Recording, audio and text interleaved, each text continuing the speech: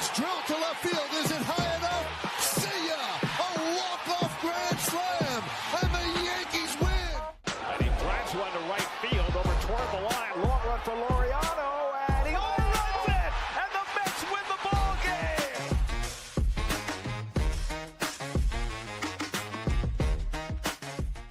Episode 79 of The Burrows. As always, I'm Kevin Bunk, joined by Michael Merlo, coming to you weekdays, BTO Media here, talking baseball. And today is a glorious one because we have 4 MLB playoff games today. All division series are going today. Every single series has a chance to end today. And we had a great night last night in Yankee World, so we'll discuss that. They survive against Toronto. Michael Merlo, how are you on this rainy Wednesday morning? I'm good, feeling good. Was an interesting game in the Bronx last night. You had Seattle take a 2-1 lead, look dominant once again. So it was a good night, and I'm looking forward to the Dodgers ending the Philadelphia Phillies season tonight, but more on that later. Yamamoto on the bump for the Dodgers, so we'll discuss that later. For the Phillies, they're all in tonight with Aaron Nola. Really good aggressive move to save your season. Yankees last night. Go down 6-1. It's over. Season's done. It's dead. I can't believe they got swept. I texted you, let's go live at 10, because I just thought the next time we were going to do one of these was kind of planned to be after the Yankees season ended because we're both busy this week. And I texted you at 6-1, and I was like, let's go tomorrow because this is a disaster. Toronto doesn't score a run the rest of the game. All the heroics and the drama. Aaron Judge finally has his signature moment in a win. So much to unpack from this. Yankees get a big win. How you feeling on them today? Yeah, I mean, it starts with Judge, right? I mean, Joe Davis's call. He has his moment. He finally has his big postseason moment. That was it. You had texted me after that, like, you have to win this game. He only tied it at that point, and I was like 100%. You have to win this. You have to close this one out. And now, for that to really last, for that to be one of the great moments in the history of Aaron Judge's career, maybe in the history of this team, you need to win this series now, right? That was that big of a home run. It was that impressive of a home run. Ken Rosenthal's stat a couple innings later, his next at bat, how that was the first home run hit it was 99 miles per hour or more off the plate. That was the first one. Yeah. I'm pretty sure. With 2 strikes. With 2 strikes. Incredible on 4, I think 500 pitches or so, or other examples. So it was incredible. That was his big, big moment.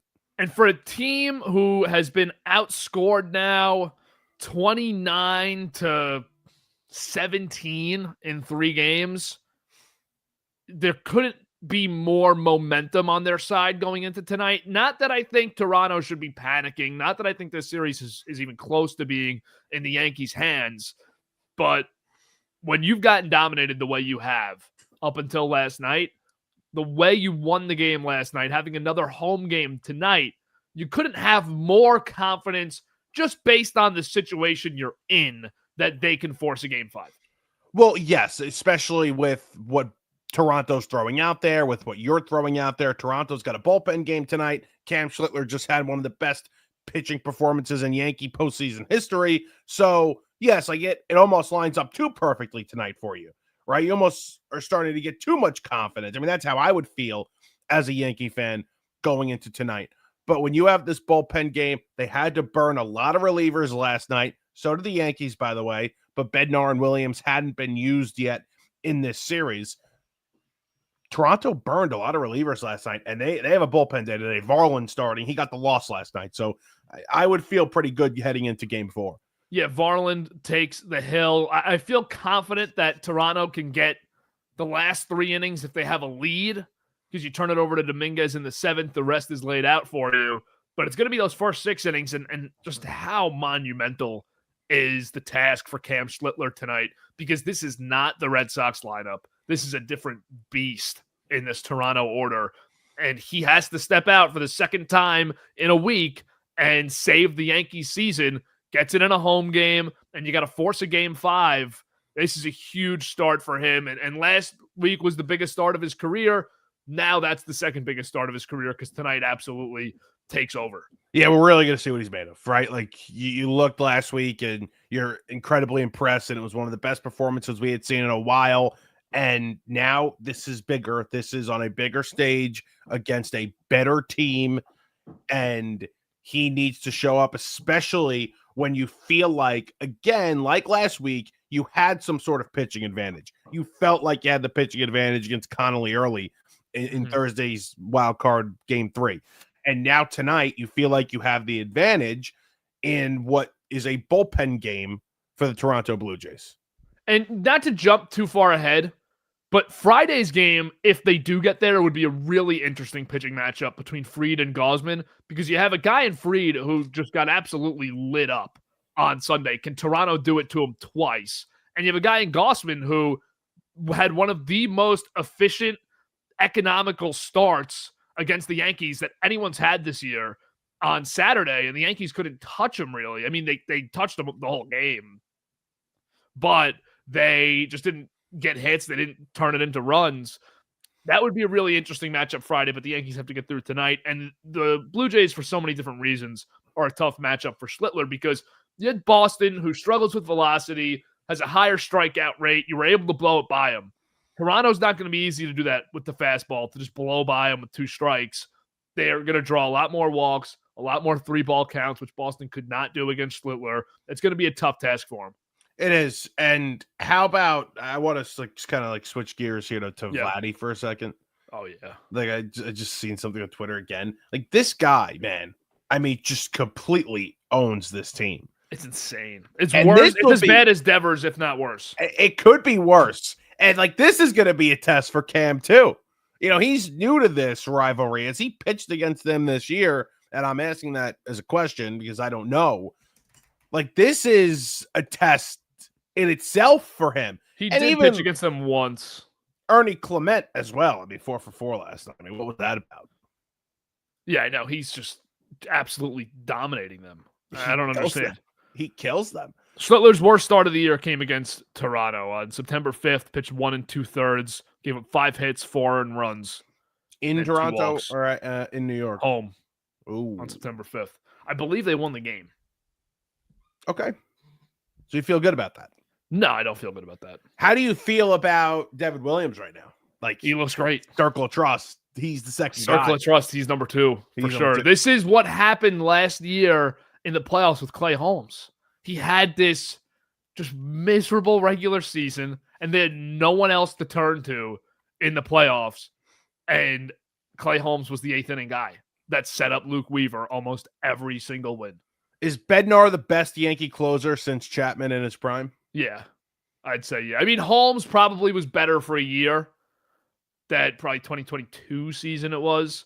But Bednar's been really reliable. Just nails besides the one outing in Miami, right? Besides his first game, he's been great. He's given up a run or two in other outings, but those were in 3-run lead, 4-run lead scenarios, or he gave you 4 or 5 outs and he gave up a run type of thing. For a guy with no postseason experience, he looks very comfortable out there. He's been there before. He looks like one of those guys. I think you get either end of the spectrum sometimes in New York, where he's never pitched in the playoffs. Is he going to completely implode, or is this just the moment he's been waiting for? And he feels like one of those, I've been waiting for this my entire career moment, and I'm going to make the most of it right now.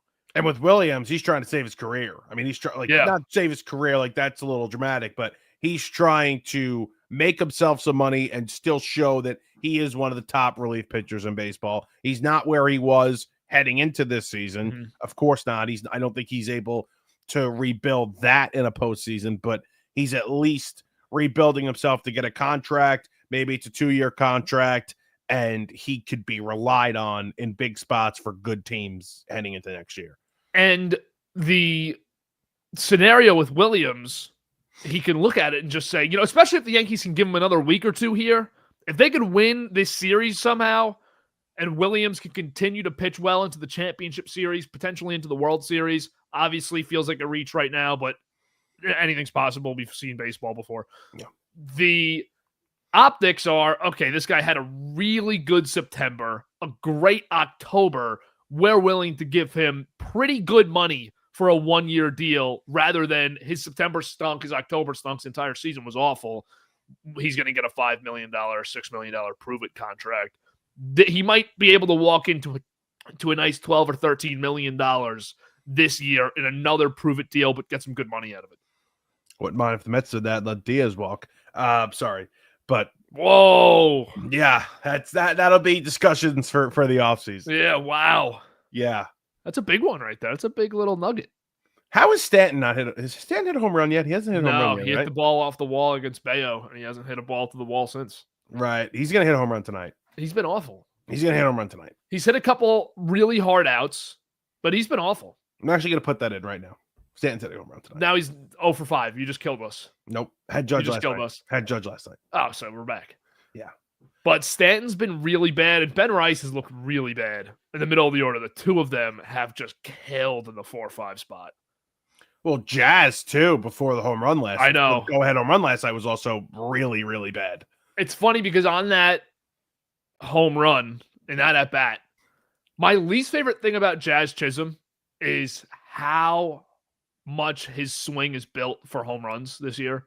This year, more than any year in the past, I thought his swing has just been structured to feast on the short porch and hit everything in the air to right.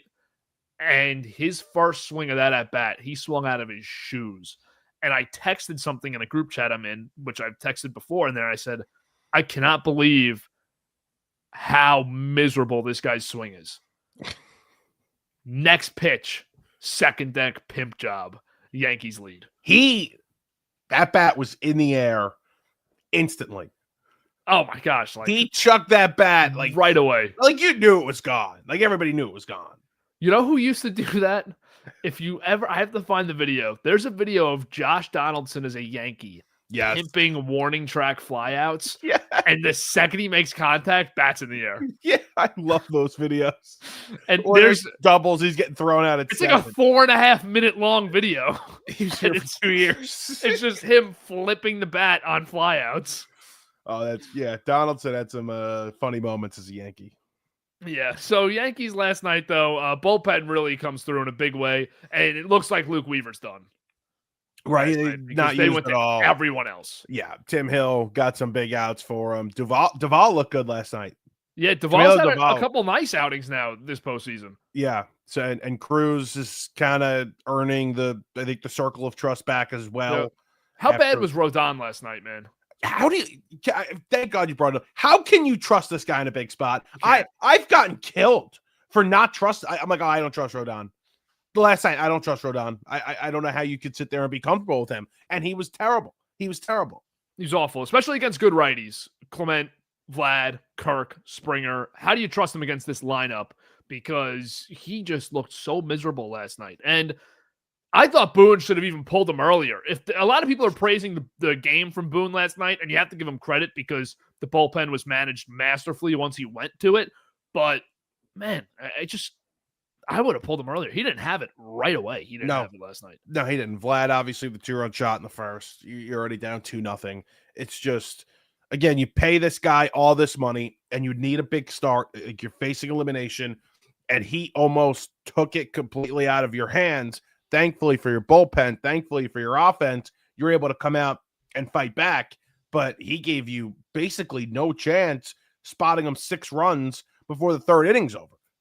Yeah, it was terrible. And now you just wonder, like, if this guy's got to make another start in the championship series, how do you feel good about it at all? Because this is your number 2 pitcher. And right now, Schlittler feels like a heavy, actual number 2 pitcher. You know, that if you could line it up again, he'd be your guy in the second game. But we'll see tonight, of course. But we'll see tonight. And with the way Fried pitched, too, on Sunday, I mean, if they were to get through this series by some miracle, they're in trouble in the next round, too, because if these guys are not good, what is their strength besides the home run ball? See, like, and I think that if they have to go back to Toronto, they're not going to win the game. And I know that's not like a crazy take at all because they haven't played well in Toronto, but the pitching matchup, Kevin Gausman and Max Fried, who's going to be on 4 days rest there. Fried is so up and down in the postseason. We've talked about it at length, where we saw the great starts in Atlanta, and then we saw the poor outings, exactly like we saw against the Blue Jays at Game 2. So I don't trust Fried either on the road against Toronto in that spot, especially against Kevin Gausman. Yeah, he has some bad postseasons. 2021, even though he had the World Series game, he had given up 13 runs that postseason, 4.2 ERA. He had a terrible outing 2022, just one game. It was 4 earned runs in 3 innings. So he's been up and down in the postseason. But then, you're right. There is the Red Sox Game 1 start. There is the Braves World Series start. There's enough to also suggest he can show up in a big spot and get the job done. You still trust him out there. You still like to have him out there, but definitely up and down. I could see him getting killed going back to Toronto, but I'm hoping they get the chance to at least get back to Toronto and show me. Move back to Judge for a second. Yeah. Craziest stat of the night, and I'll just bring this up first. Judge has had many big postseason moments. I think that's true, and I think that the perception on Judge is he's also had a lot of postseason failures. He was objectively bad for the first 2 rounds and a half of the World Series last year, and Soto and Stanton completely carried their offense while Judge looked mostly miserable. The Class A home run was a huge home run, but they lost the game. And he's had a lot of big home runs in wild card games when he was younger. So now that the perception and the reputation has been built as the best hitter in baseball, I think that we are quick to say, like, oh, he's not great in the postseason. But he's had some bad postseasons. I mean, we can't just ignore that. But this was the stat last night that just stunned me. Aaron Judge's 6 home runs when facing elimination are tied with David Ortiz for the most in Major League history. This is one guy in Judge who has been labeled as the worst playoff hitter in the league, the most infamous playoff dropper in baseball. And David Ortiz is the most clutch postseason player of the last 20 years in the minds of baseball fans. Just a crazy number that those two are tied. I'm not saying they're the same player in big games, but I'm surprised those two are tied. Yes, I saw it too and was completely shocked. And obviously, like the elimination games, he has the home runs in those wild card games that David Ortiz never had a chance to play in. So that's where I think the number gets a little juiced. How many home runs does he have in those actual wild card games? So he has the one against the A's, one against the Twins. One against the Twins, so it's at least 2. Right. But I'm wondering, I have to look back through them all because I'm wondering if there's 1 or 2 down by 5 runs in the game, solo home runs. Right. That they lost to Houston or that they lost to, Boston in 2018 or 2021 even. I think he did hit one in 2021 to right field against Boston when the game was gone. So that's 3 home runs in wild card games, which obviously are elimination games, not take anything away, but there's just more chances for it. Yeah, exactly. So still great stat. Judge's career stats in the postseason too. He's like a 920 OPS hitter. It's just that, but that's raised after a good start here. Well, it was 905 before this postseason. I thought it was 8 something before the postseason. I read 905 before the postseason started. Okay. I could double check right now, but either way, his struggles in the playoffs are most guys' career best postseason. Like that's where we're at with him. Similar to Aaron Rodgers in the postseason, like the guy just went from throwing 45 touchdowns and 2 interceptions every year and winning the MVP to then having 220 yards and a touchdown and a loss and not playing horrible, but getting labeled by a lot of people as a guy who wasn't getting the job done. Right, but when you are the best, like easily the best player in baseball, and you come up into big spots, that strikeout against Toronto was just in game 1 was embarrassing. I mean, for the best player in baseball to come up in that spot and strike out like that, like that's where the narrative starts because you get that big hit in the regular season. I'm just double checking right now on Judge's postseason stats on Baseball Reference.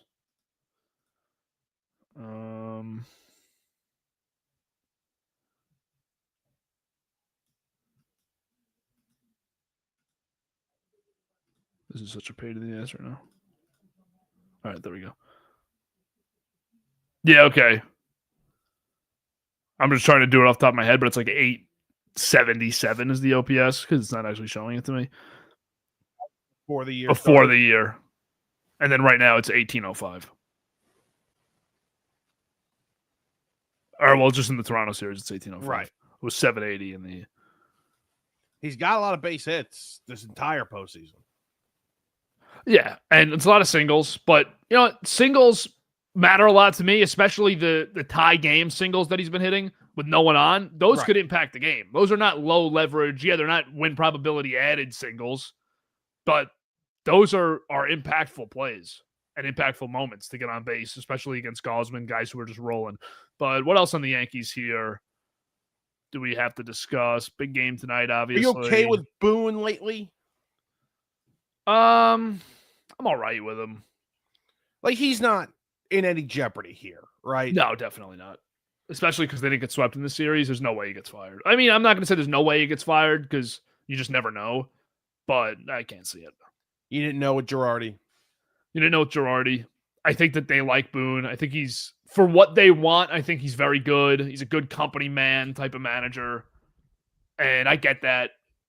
And listen, I mean, how much fault is he at for the pitching just imploding this series?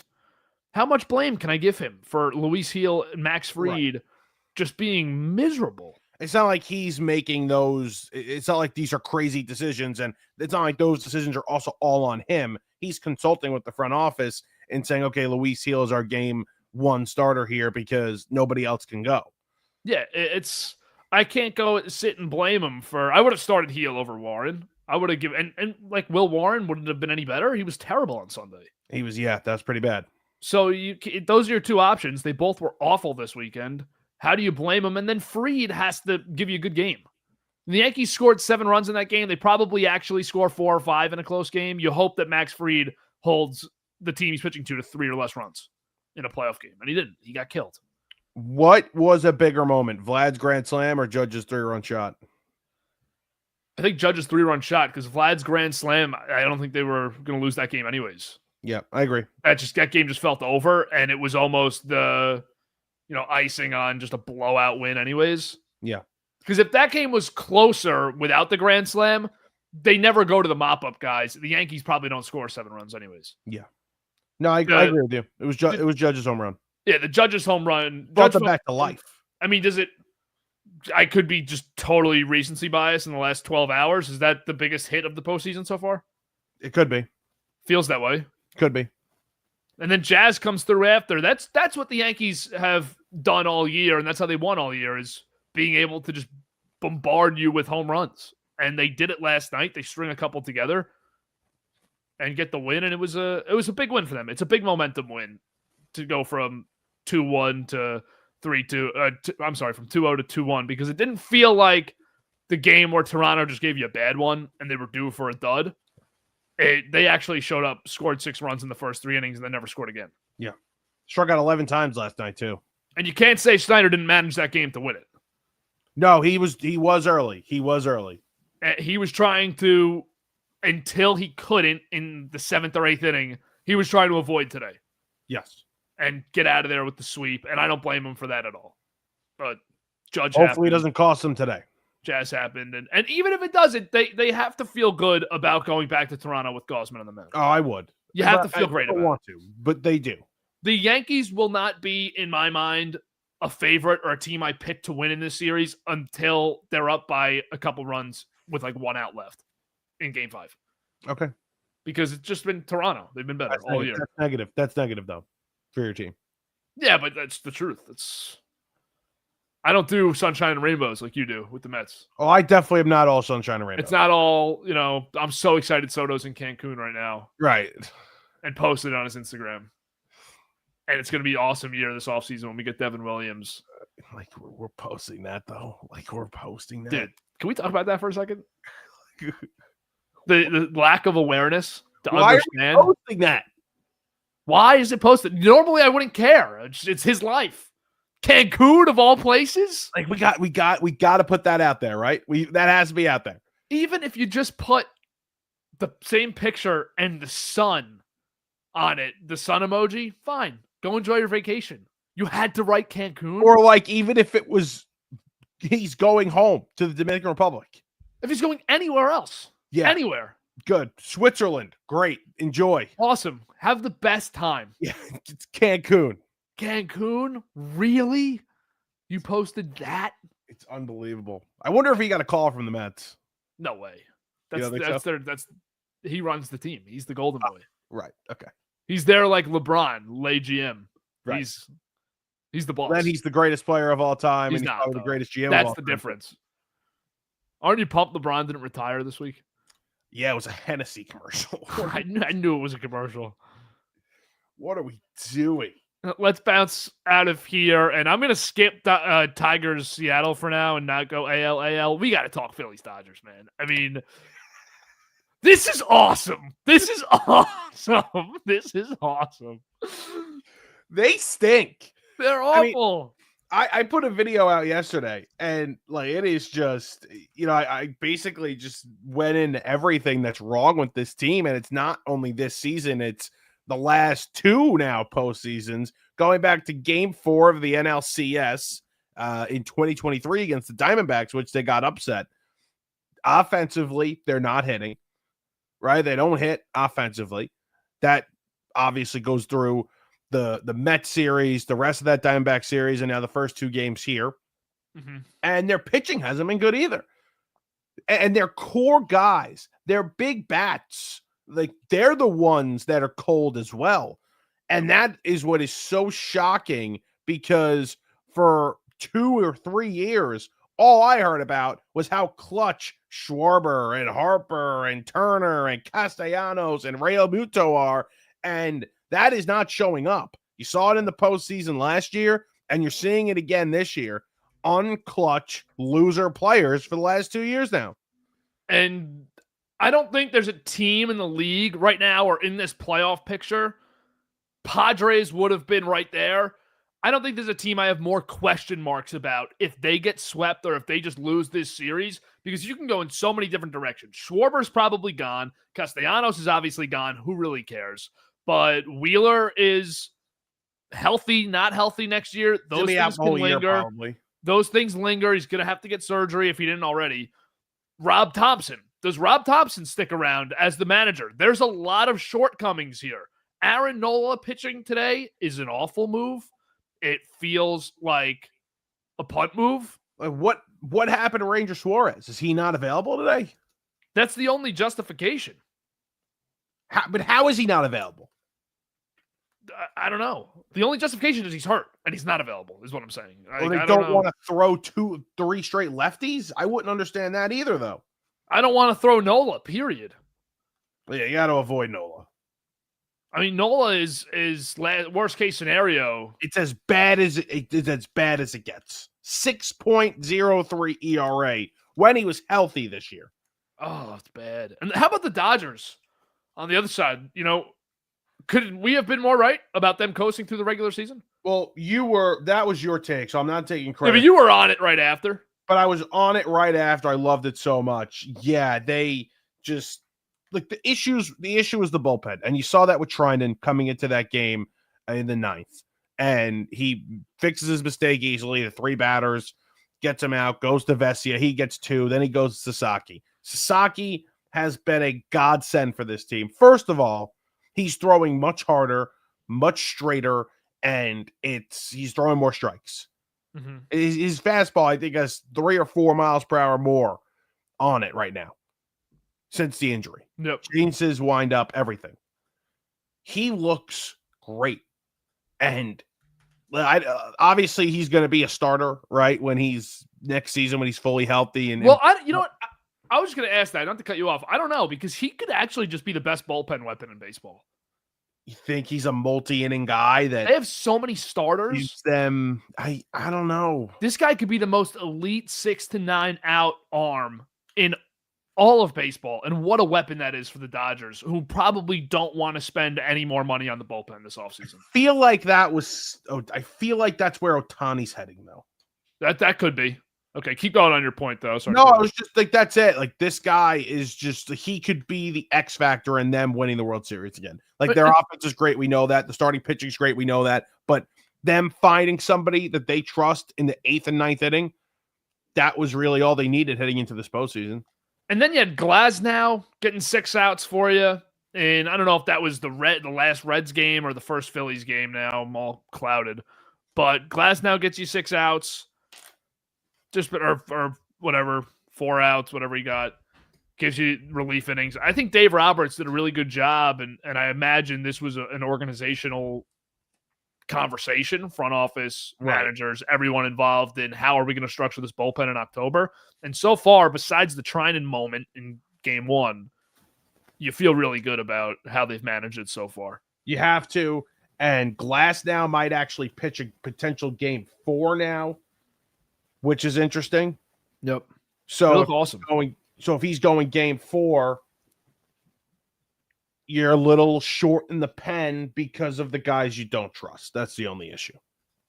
And can we for a second talk about Kike Hernandez, who is just, I mean, whatever the antithesis of Aaron Judge and Barry Bonds and Alex Rodriguez is, that is Kike Hernandez, because a guy who is absolutely nothing all regular season every year.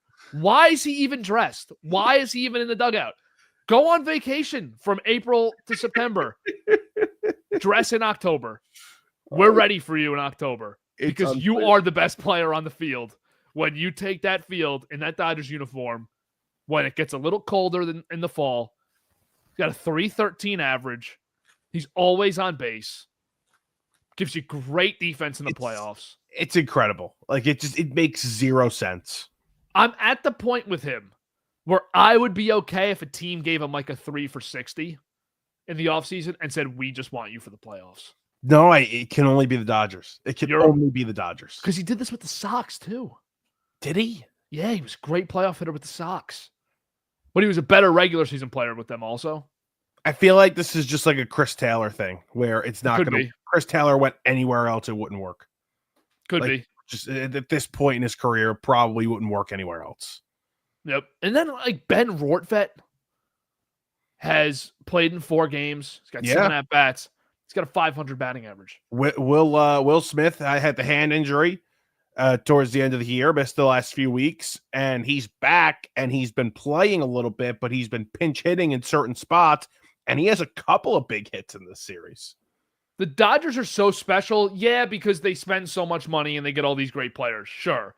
But the development of the 6 through 11 guys in your lineup out of those position players, the 6 through 11 guys, the guys who aren't expected to make much of an impact, no team develops them better than the Dodgers, and no team has them play better in October than LA. I mean, Hernandez, Rortvedt, you have Tommy Edman, guys that you just wouldn't have circled before the postseason are the guys that win them their games, because Mookie is an annual playoff no-show most of the time. Teoscar Hernandez is phenomenal in the playoffs. He's a great hitter in the postseason. Ohtani's now in year 2 of being all right in the playoffs. Still a huge threat, still gets on base, but he's all right.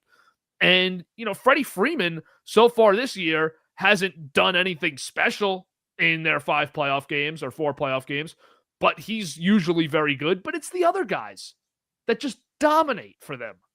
Muncie's really good too. Pages had a good postseason last year.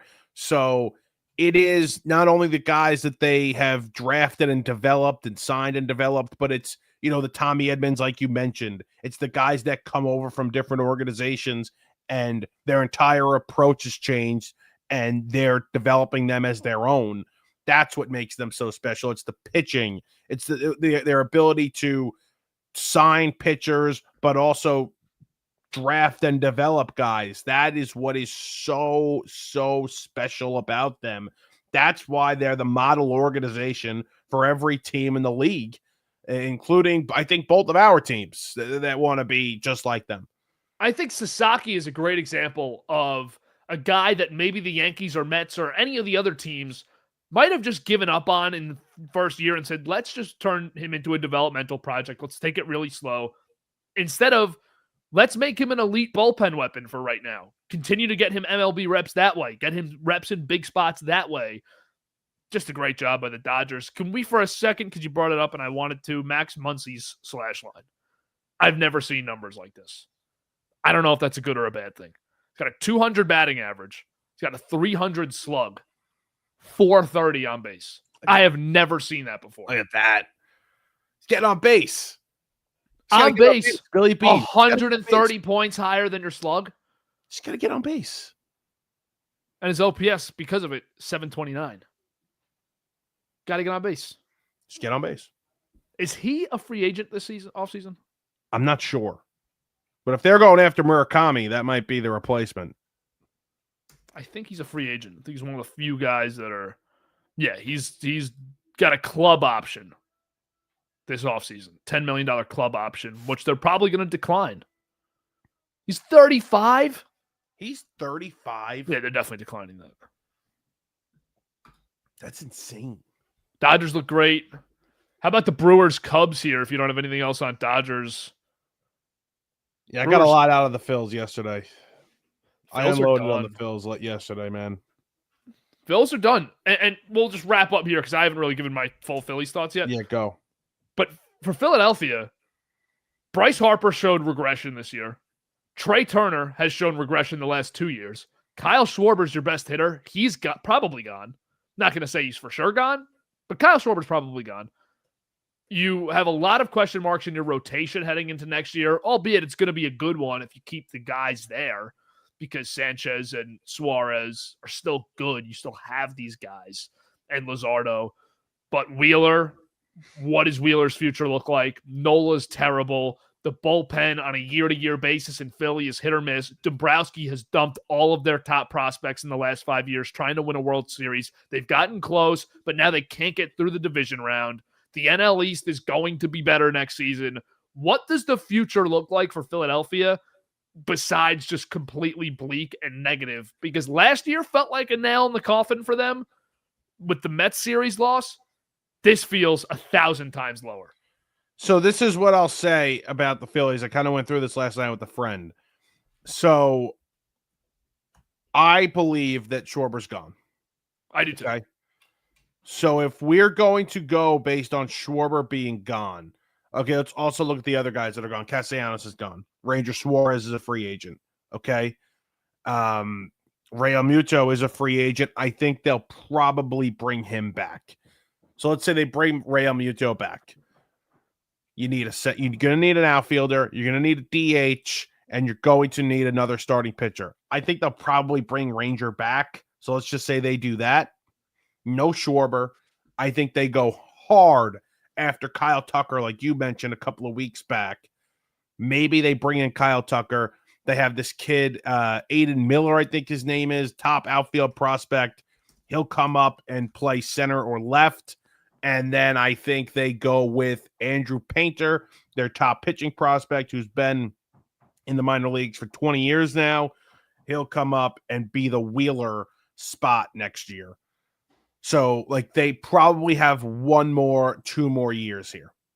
If they missed on Tucker, and I hate to do offseason talk while they're still playing, but if they missed on Tucker, it's over. They lost Schwarber to the Mets. Could they move Bryce to right and get Alonso for 3 years? I mean, I think Bryce would move off of it. And he said he would. He said he's open to playing outfield again, and his arm's fine to do it if it helps the Phillies win. If you're going to pay Schwarber all that money, and you're thinking about paying Alonso all that money, why not pay Alonso all that money to be a DH? Yeah. That's a good point. Because I think the Mets are going to go to him with that. So how much would he come? How much would you need to give him for him to be a DH? Alonso and Schwarber are definitely my 2 most intriguing free agents. Because they could swap teams or they can swap teams. They can fit in a lot of big market places that need a DH. But I can also see their inability to field really kill their market. It's going to kill their market. And the fact that the teams that have them, where they've really become a member of that franchise, the teams that have them are just able to pivot.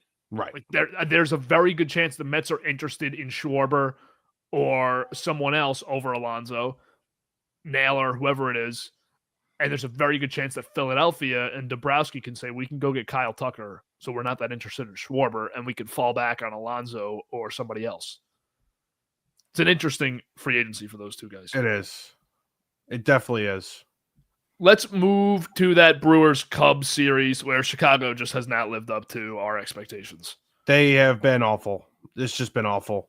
I think it's more Milwaukee just dominating, but the pitching, and it's funny because it's in bunches, right? Like you see it in one big inning, and it's just been a couple of big innings that have killed this Cubs team, but they're no match for this Brewer team. And I gotta say, Kevin, I'm so excited for what this National League Championship Series is going to be. Like the only thing I think about the National League side right now, the only thing I can think about is what a Brewers-Dodgers series looks like, and I think it's just one of the best we've had in a while.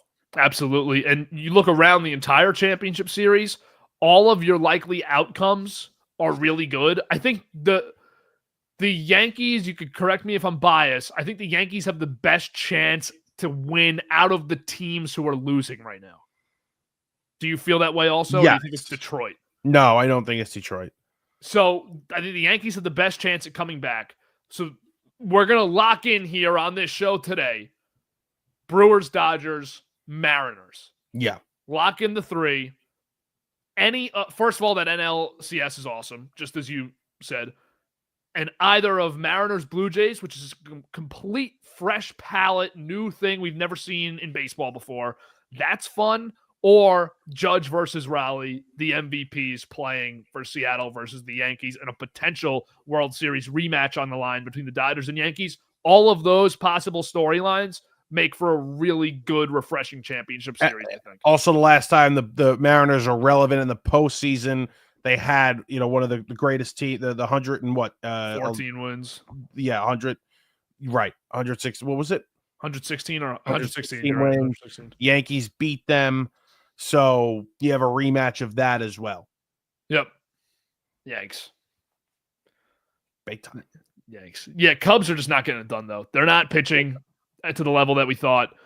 And the lineup is not able to handle the Brewers pitching to the extent that I thought they'd be able to also. I have a PCA trying to rob that home run the other night. That was crazy. I loved it. You definitely loved it. I loved it. That's great. And I mean, your life's awesome. You get Cedric Mullins and you get to watch PCA do that. All right. I'm going to go off the rails a little bit here. Did you end up watching that Mets offseason blueprint TikTok I sent you? You sent me a TikTok?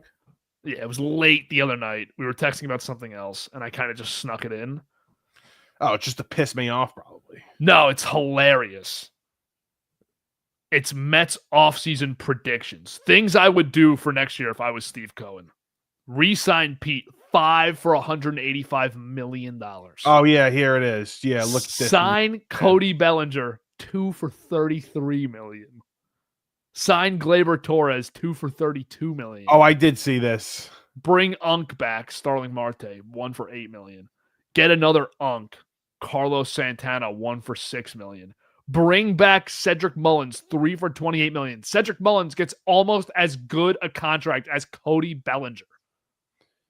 Yeah, I mean, these people just need to not watch sports anymore. Sign Zach Gallen, 4 for $138 million. Bring back Bassett, 1 for $9.5 million.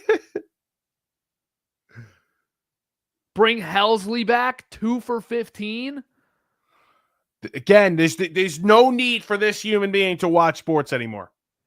No, it's really bad. Like, really bad. Do you have anything to discuss on this Tigers-Mariners series? Not really. I haven't. It's very straightforward. They're up 2-1. Did you see the Cal Raleigh Babe Ruth stat last night? No. Just wait until you hear this. Oh, God. The most cherry-picked stat in the history of the world. Okay. Cal Raleigh and Babe Ruth are the only players in MLB history to hit exactly 60 home runs in a season. Both hit home run number 61 in the postseason on October 7th in their final at-bat of a win in which their team scored 8 runs. Are you serious? What is that stat? Are you kidding me? The most cherry-picked stat ever. That's insane. The glazing is crazy. Oh, it's awful. He's great. Like, don't get me wrong. He's fun to watch. Just anything to get his name in the sentence with Babe Ruth. Just anything. Smoltz trying to Smoltz needs to know his audience. Yeah. I mean, last night he's trying to go off on a tangent about Riley MVP. Like, come on, dude. He doesn't understand. He doesn't like the Yankees. I hate to ever go there, but he's so. I don't even want to say he's biased because I don't think it really hinders the broadcast. But he so obviously does not like the Yankees. Dude, he hates the Mets. Yeah, he hates both teams. Chipper Jones. The Braves, went through tough times coming to play at Shea. I hate Chipper Jones. Oh my God, I hate Chipper Jones. Don't even get me started on Chipper Jones. You didn't like that tweet from him after the Ryder Cup? That tweet with the Ryder Cup was the most loser tweet I've ever seen in my entire life. Can't bring your family to New York? I mean, Jesus Christ. Yeah, but name your daughter Shay. Okay. Yeah, good move. No, please. Name your daughter Shay. You're a loser, Chipper. Loser. All right. Anything else today? I'm good. I'm pumped for a full day of baseball. It'll get me through my work day, and I'm excited. You got predictions for these games today? You want to run through them quick? I think the Yankees force a game 5. I think the Mariners end it. I think the Dodgers end it. And I think the Brewers end it as well. So the only series we'll have Friday night in Toronto, Rogers Center. I think we're going to get a little Gosman. I think we're going to get a little Yes Savage, Yes Ivach. I think the Blue Jays will take them down there, but I'm sure we're going to do an episode before the game 5. So hopefully we get to game 5. I think it's hard to realistically see 3 series ending today out of 4 games. It could happen for sure. I think Seattle's going to win. I think the Brewers are going to win too. Does Nola prove everyone wrong? No way. They're dead back in LA now. I mean, that's awful. No, they're done. They're done. Maybe Detroit ends up winning with Mize on the mound versus Miller. You think? Mize has not been good the rest of the way. No, he hasn't. But Miller hasn't either. Got a 5.7 ERA. Wasn't a good year for Miller. All right, let's wrap it up. We'll see. So I'll take I'll take both AL series to go 5. Mariners and Blue Jays win. I'll keep my prediction, but both AL series go 5. Both NL series get swept tonight. Excuse me. There we go. So that's a wrap. Football stuff tomorrow. Beat the odds gambling. We'll do a bunker tomorrow or Friday. We got more baseball, of course, on the way throughout the rest of the postseason. Pretty soon, we're going to jump into Mets offseason stuff. Maybe Yankees offseason stuff soon also. Hopefully not. But always fun to talk about MLB free agency. Never too early. Appreciate you watching episode 79. Next time we come on here will be episode 80, and hopefully that's previewing the Yankees' next game. So thanks for listening. Thanks for watching. You can always catch the episodes on Apple Podcasts or Spotify afterwards if you miss them on YouTube. Thanks again.